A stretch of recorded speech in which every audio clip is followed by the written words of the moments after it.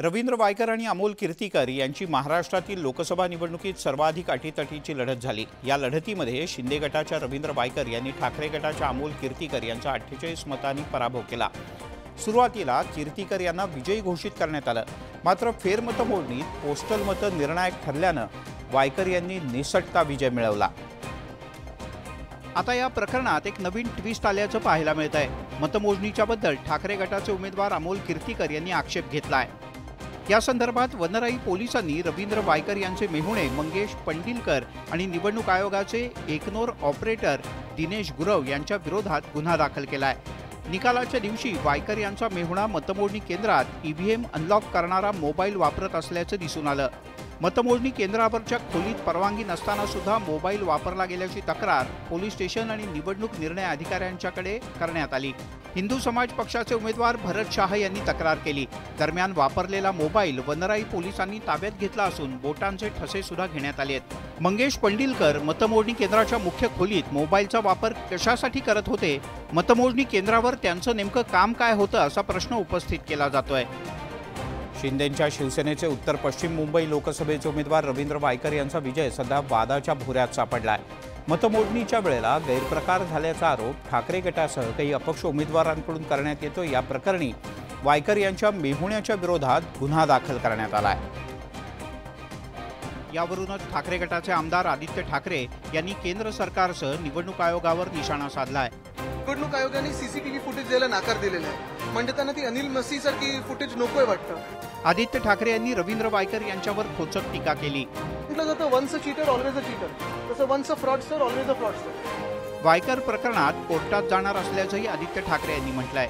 जे मिंदे गँगचे उमेदवार आहेत त्यांना शपथ दिली तर मला वाटतं या देशात लोकशाहीचा खून झालाय हे समजूनच आपल्याला आता पुढे काम करायला लागेल। आम्ही त्याच्यात कोर्टात पण चाललोय।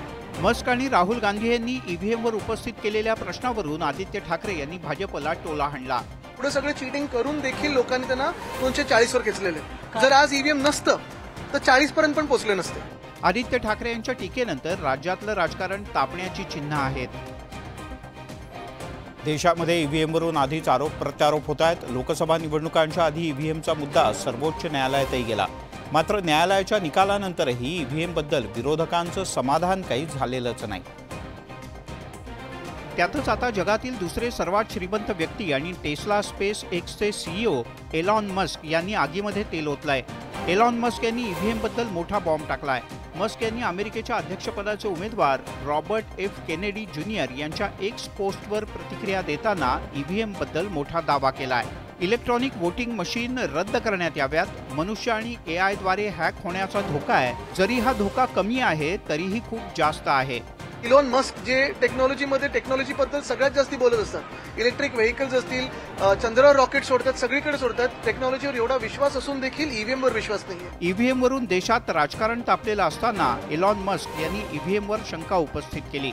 त्यामुळे येत्या काही दिवसात देशात ईव्हीएमवरून वातावरण पुन्हा एकदा तापू शकतं। जगातले दुसरे सर्वात श्रीमंत व्यक्ती एलॉन मस्क यांनी इलेक्ट्रॉनिक वोटिंग मशीन म्हणजेच ईव्हीएमबद्दल निवडणुका न घेण्याचा सल्ला दिला। भारतात आधीच ईव्हीएमवरून राजकीय आरोप प्रत्यारोप होत असताना मुंबईत शिंदेंच्या शिवसेनेचे उमेदवार रवींद्र वायकर यांच्या विजयावरही आता प्रश्नचिन्ह उपस्थित होत आहे। रवींद्र वायकर यांचे मेहुणे मंगेश पंडिलकर निकालाच्या दिवशी मतमोजणीच्या केंद्रात ईव्हीएम अनलॉक करणारा मोबाईल वापरत असल्याचं समोर आलंय। यावरून पुन्हा एकदा ईव्हीएमच्या विश्वासार्हतेचा मुद्दा चर्चेत आलाय। वायकर प्रकरण आणि एलॉन मस्क यांच्या ट्विटचा धागा पकडत काँग्रेसचे खासदार राहुल गांधी यांनी सुद्धा ईव्हीएमबद्दल काही प्रश्न उपस्थित केलेत। एलॉन मस्क यांच्या पोस्टला रिपोस्ट करत राहुल गांधी यांनी काही मुद्दे मांडलेत। भारतातील ईव्हीएम ब्लॅक बॉक्स आहेत। ईव्हीएमची कुणालाही तपासणी करता येत नाही। निवडणूक प्रक्रियेच्या पारदर्शकतेबद्दल गंभीर मुद्दे उपस्थित केले जात आहेत। जेव्हा कुणी जबाबदारी स्वीकारत नाही तेव्हा लोकशाहीला अर्थ राहत नाही। माजी केंद्रीय मंत्री राजीव चंद्रशेखरन यांनी मस्क यांच्या वक्तव्याशी असहमत असल्याचं म्हटलंय। भारतीय ईव्हीएम सुरक्षित असून हॅक होणं अशक्य असल्याचं त्यांचं म्हणणं आहे। ईव्हीएमचा प्रोग्राम एकदा बनला की त्यात छेडछाड अशक्य असल्याचं चंद्रशेखरन यांनी म्हटलंय। उत्तर पश्चिम मुंबई लोकसभा मतदारसंघातील मतमोजणी वादात सापडली आहे। ठाकरे गटानं रवींद्र वायकर यांच्या विजयावर आक्षेप घेतलाय। त्यातच वायकर यांच्या मेहुण्याच्या विरोधात गुन्हा दाखल झाल्यानं या प्रकरणात एक नवा ट्विस्ट आलाय। ठाकरे गटासह राहुल गांधी यांनी सुद्धा वायकर यांच्या विजयाचा मुद्दा उपस्थित करत ईव्हीएमवर शंका उपस्थित केली। वायकर यांच्या विजयाच्या विरोधात ठाकरे गट कोर्टात जाणार आहे। आदित्य ठाकरे यांनी वायकर यांच्यावर जोरदार टीका केली। या टीकेला वायकर यांनी उत्तर दिलं। हे काय चाललंय, रेडीचा डाव चाललेला आहे, त्यांना त्यांच्या जिव्हारी लागलेला आहे आणि जिव्हारी लागल्या कारणाने सर्व यांच्या ट्विट आणि हे चाललेलं आहे। ईव्हीएमच्या संदर्भात सुरू असलेल्या आरोपांवर सुद्धा वायकर आणि शिंदेच्या शिवसेनेनं उत्तर दिलंय। कोणी कोणाचा नातेवाईक आहे म्हणून त्यांनी ते ईव्हीएम ह्याचं काय हॅक करता येते का ईव्हीएम मशीन इथून बाहेर? जे मोठे मोठे नेते आहेत जो एक पंतप्रधान बनण्याचा सपना बघतात त्यांच्याकडूनच एक प्रचार चालू आहे की मोबाईलची त्यांनी एक ईव्हीएम हॅक करून दिला आहे। हा सगळा चुकीचा प्रचार आहे। उत्तर पश्चिम मुंबईतील लोकसभेच्या निकालावरून आरोप प्रत्यारोपांचा सामना रंगणार आहे।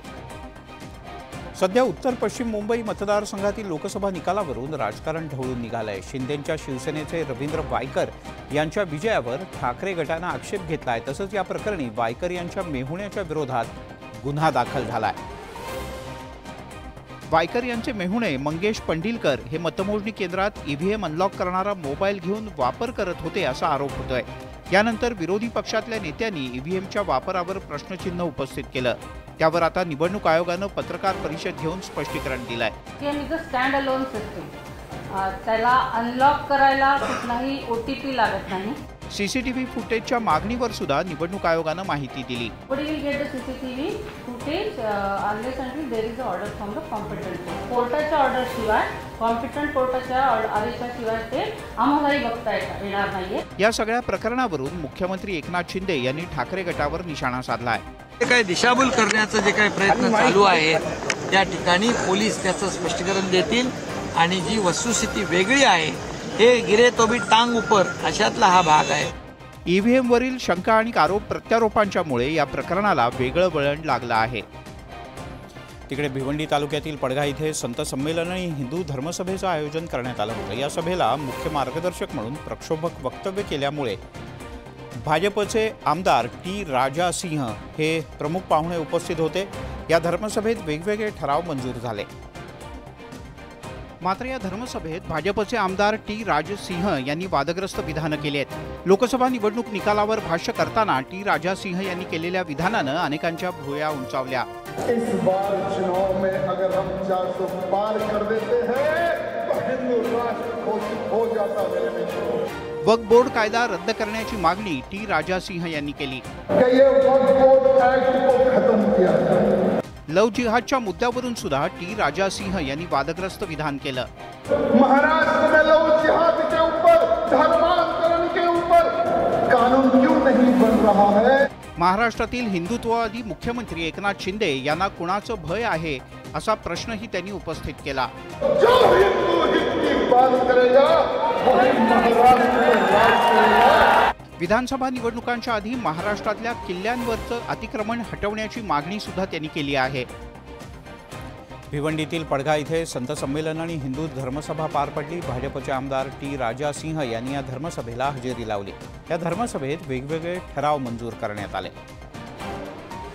मात्र यावेळी टी राजा सिंह यांनी केलेल्या वादग्रस्त वक्तव्यांमुळे ही धर्मसभा वादात सापडली आहे। लोकसभा निवडणुकीत भाजपनं 400 पेक्षा जास्त जागा जिंकल्या असत्या तर भारत हिंदू राष्ट्र झालं असतं असं वक्तव्य टी राजा सिंह यांनी केलं। त्यांच्या याच विधानावरून आता महाराष्ट्रात राजकारण तापलंय। अजित पवार यांच्या राष्ट्रवादीचे आमदार अमोल बिटकरी यांनी टी राजा सिंह यांना सुनावलंय।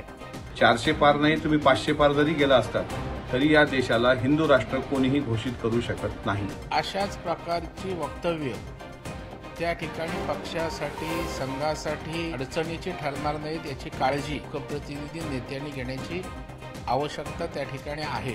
भाजपचा 400 पारचा नारा आणि संविधान बदलाची चर्चा या नॅरेटिव्हवरून राज्यात दावे प्रतिदावे सुरू आहेत।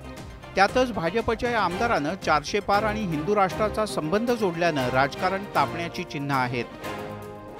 भाजपला स्पष्ट बहुमत मिळालं नसल्यानं देशात एनडीएचं सरकार स्थापन झालं। चंद्रबाबू नायडू आणि नितीश कुमार यांच्या साथीनं भाजपनं सरकार स्थापन केलं। नितीश कुमार आणि चंद्रबाबू यांच्या या आधीच्या राजकीय भूमिका पाहता एनडीए सरकार टिकणार नाही असा दावा करण्यात येतोय। याच पार्श्वभूमीवर ठाकरे गटाचे खासदार संजय राऊत यांनी मोठा दावा केला। लोकसभा अध्यक्ष निवड प्रक्रियेवरून राऊत यांनी भाजपवर गंभीर आरोप केलाय। अमित शाह आणि नरेंद्र मोदी चंद्राबाबू नायडूंचा पक्ष आणि जनता दल युनायटेड हा नितीश कुमारचा पक्ष फोडून त्याचा चिरफळा केल्याशिवाय राहणार नाही. यासाठी संजय राऊत यांनी महाराष्ट्रातील राजकीय घटनांचा दाखला देत राहुल नार्वेकर यांना लक्ष्य केलं. राहुल नार्वेकर यांनी अत्यंत घटनाबाह्य पद्धतीने निकाल दिला. तसाच निकाल उद्या लोकसभेत भाजपचा जर अध्यक्ष असेल तर दिला जाऊ शकतो. लोकसभा अध्यक्षपदासाठी चंद्रबाबू नायडू यांना पाठिंबा देऊ असं वक्तव्य राऊत यांनी केलं आहे. चंद्राबाबू नायडूंनी जर त्यांचा उमेदवार उभा केला लोकसभेसाठी अध्यक्षपदासाठी तर आम्ही चर्चा करू इंडिया आघाडीमध्ये आणि चंद्राबाबू नायडू यांच्या उमेदवाराला पाठिंबा देऊ. कायद्यानं लोकसभा उपाध्यक्षपद विरोधकांना मिळायला हवं असंही राऊत यांनी म्हटलंय. लोकसभेच्या निकालानंतर उत्तर प्रदेशचे मुख्यमंत्री योगी आदित्यनाथ यांचं काय होणार याची चर्चा दबक्या आवाजात सुरू आहे. महाराष्ट्रात उपमुख्यमंत्री देवेंद्र फडणवीस यांनी पराभवाची जबाबदारी घेत राजीनाम्याची तयारी दर्शवली. तसंच योगी आदित्यनाथ सुद्धा राजीनामा देणार का अशा चर्चा रंगू लागल्यात.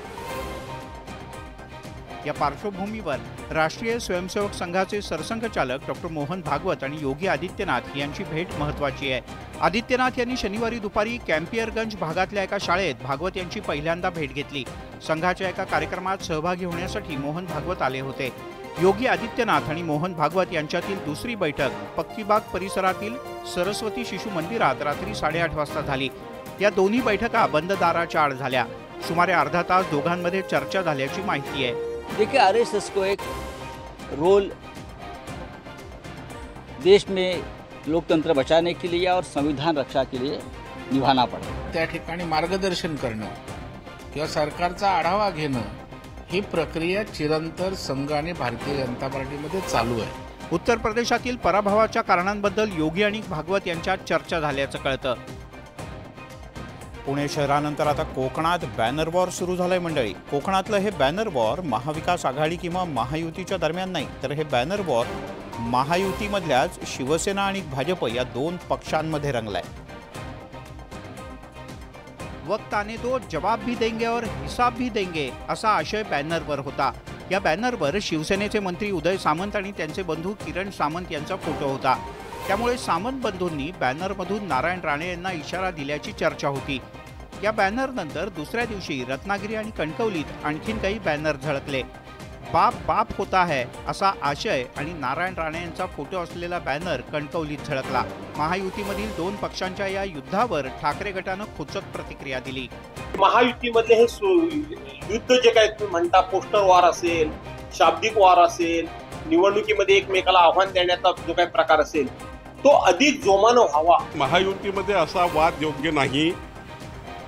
मी नितेश राणे, निलेश राणेजींशी बोललो आहे, उदय सामंत साहेबांशी बोललो आहे. या बॅनरमुळे तळकोकणात शिंदेची शिवसेना आणि राणेंमधील अंतर्गत कलह चव्हाट्यावर आलाय. हे बॅनर वॉर काय स्वरूप घेणार हे पाहावं लागेल. देशात पंतप्रधान मोदींच्या नेतृत्वात एनडीएचं सरकार स्थापन झालं. चंद्रबाबू नायडू आणि नितीश कुमार यांच्या मदतीनं हे सरकार अस्तित्वात आलं. त्यामुळे हे सरकार टिकणार की नाही याबद्दल उलटसुलट दावे केले जात आहेत. त्यातच ठाकरे गटाचे खासदार संजय राऊत यांनी पंतप्रधान मोदी यांच्याबद्दल मोठा दावा केलाय. मोदींची संसदीय दलाचे नेतेपदी झालेल्या निवडीवरतीच राऊत यांनी प्रश्नचिन्ह उपस्थित केलंय. भारतीय जनता पक्षाच्या संसदीय बैठकीत मोदी यांची नेतेपदी निवड झालेली नाही. एनडीएच्या बैठकीत मोदींची निवड झाली हे राऊत यांनी अधोरेखित केलं. राष्ट्रीय लोकशाही आघाडीच्या बैठकीमध्ये मोदी यांची नेतेपदी निवड झाली. भारतीय जनता पक्षाच्या संसदीय दलाच्या बैठकीत नेतेपदाचा प्रश्न आला असता तर वेगळा निर्णय दिसला असता. त्याच वेळेला संजय राऊत यांनी मोदींच्या बद्दल मोठं भाकीत वर्तवलंय. नरेंद्र मोदी प्रधानमंत्री म्हणून काही दिवसाचे पाहुणे आहेत हे मी तुम्हाला पुन्हा सांगतो. संजय राऊत यांच्या या दाव्यामुळे राज्यासह देशातील राजकारण तापण्याची चिन्ह आहेत. सांगली जिल्हा पुन्हा एकदा चर्चेत आलाय. महाविकास आघाडीत लोकसभा निवडणुकीत सांगली मतदारसंघावरून तिढा निर्माण झाला होता. विधानसभा निवडणुकीचं रणशिंग फुंकण्याआधीच महाविकास आघाडीत बिघाडीला सुरुवात झाली आहे. आता विधानसभा निवडणुकांच्या तोंडावर जयंत पाटील यांच्या मतदारसंघातील कसबे डिग्रजमध्ये खासदार विशाल पाटील यांचा सत्कार करण्यात आला. यापुढे इस्लामपूर वाळवा मतदारसंघावर विशेष लक्ष राहील आणि या मतदारसंघात आता नवीन निर्णय घ्यावे लागतील अशा शब्दात खासदार विशाल पाटील आणि आमदार विश्वजित कदम यांनी जयंत पाटील यांना अप्रत्यक्षपणे इशारा दिलाय. राष्ट्रवादी शरदचंद्र पवार पक्ष आणि ठाकरे गटानं सुद्धा सांगलीसाठी शड्डू ठोकलाय। ह्या ठिकाणी ताकदीनं नवीन निर्णय घ्यावा लागणार आहे। आता आपण कुणाच्या तरी दबावाखाली राहायचे दिवस संपलेले आहेत। कसबेट मिरजवर जेवढं लक्ष आमचं नव्हतं त्याच्या 10 पटीने येणारा काळ आम्ही लक्ष देऊ। पक्षश्रेष्ठींच्या बरोबर बोलणं झालेलं आहे आणि या दोन जागा कुठल्याही परिस्थितीत आम्ही सोडणार नाही आणि त्या जागा 100% आम्ही लढवणार। विधानसभा निवडणुकांचं रणशिंग फुंकण्याआधीच सांगलीमध्ये राजकीय खणाखणी सुरू झाली आहे। स्पर्धा परीक्षांची तयारी करण्यासाठी वर्षानुवर्ष विद्यार्थी मेहनत घेतात। घरापासून दूर राहून, आईवडिलांपासून दूर राहून, वेळप्रसंगी पोटाला चिमटा काढून स्पर्धा परीक्षांची तयारी केली जाते। मात्र किरकोळ कारणास्तव तुम्हाला परीक्षेपासून वंचित राहावं लागलं तर होणारा संताप शब्दात वर्णन न करता येणारा असाच म्हणावा लागेल। देशभरात केंद्रीय लोकसेवा आयोगाच्या अर्थात UPSCच्या पूर्वपरीक्षा पार पडल्या। छत्रपती संभाजीनगरमध्ये मराठवाड्यातून अनेक विद्यार्थी या परीक्षेसाठी पोहोचले। मात्र परीक्षा केंद्रावर पोहोचण्यासाठी त्यांना उशीर झाला आणि त्याला कारणीभूत ठरलंय ते गुगल मॅपचं ॲप। छत्रपती संभाजीनगरचं विवेकानंद कला आणि सरदार दिलीपसिंग वाणिज्य महाविद्यालय हे कॉलेज केंद्र म्हणून दाखवण्यात आलं होतं। मात्र परीक्षा असलेलं कॉलेज गुगल मॅपवर केंद्राच्या ठिकाणापासून 12 किलोमीटर दूर दाखवलं गेलं। गुगल मॅपवर कॉलेजचा पत्ता टाकल्यानंतर ते वाळूंज इथे असल्याचं दिसून येतं। सकाळी 9 वाजता विद्यार्थ्यांना रिपोर्टिंगची वेळ देण्यात आली तर 9:30 वाजता परीक्षा सुरू होणार होती। मात्र 9 वाजून 2 ते 5 मिनिटांनी विद्यार्थी केंद्रावर पोहोचले। 2 ते 5 मिनिटं उशीर झाल्यानं परीक्षेला बसू न दिल्यानं विद्यार्थ्यांना अश्रू अनावर झाले। हा कॉलेज तुम्ही गुगल मॅपवर सर्च करा, हा इथं पण दाखवत नाही गुगल मॅपवर, आता पण हा लोकेशन फेच करत नाही। गुगल मॅपच्या चुकीमुळे मोठ्या उमेदीनं स्वप्नांचा पाठलाग करणाऱ्या तब्बल 50 विद्यार्थ्यांचं स्वप्न भंगलंय। लोकसभा निवडणुकांच्या नंतर राज्यात पुन्हा एकदा आरक्षणावरून वातावरण तापलंय। सगळे सोयरेची अंमलबजावणी आणि ओबीसींमधून आरक्षणाच्या मागणीसाठी मनोज जरांगे यांनी उपोषण केलंय। मात्र सरकारच्या आश्वासनानंतर जरांगे यांनी उपोषण स्थगित केलं।